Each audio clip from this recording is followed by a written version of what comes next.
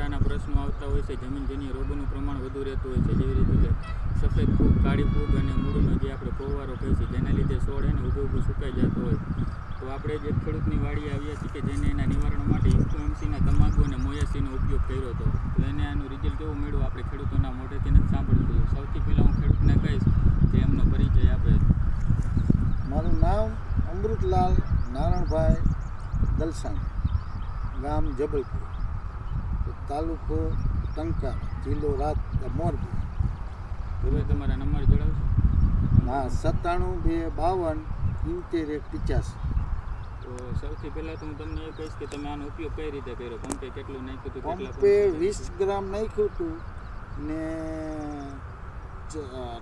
આપણે દંદેડી કરી હતી, ગિંચિંગ કર્યું હતું ચાહે ને 10 વીઘામાં 60 પંપ કર્યા હતા.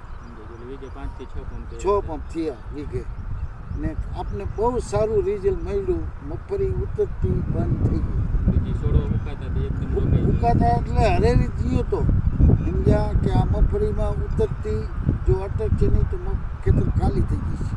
પણ મને આનું બહુ રિઝલ્ટ સારું મળ્યું.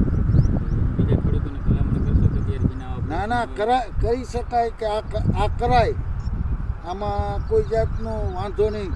બાકી ગિંચિંગ કરવું પડે, દંદેડી ડ્રિંચિંગ કરવાનું નથી ને પંપ કરીથી દોઢા કરવા પડે ડબલ, તો જ તમને રિઝલ્ટ મળશે.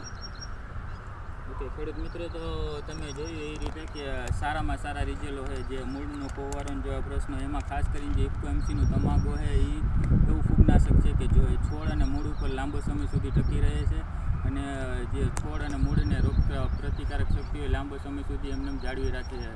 તો આ વિશે કોઈને હજી વધુ માહિતી જોઈતી હોય તો મારો નંબર છે 96 871 26 9 78. કોઈ મને કોલ કરી આના વિશે વધુ માહિતી મેળવી શકે.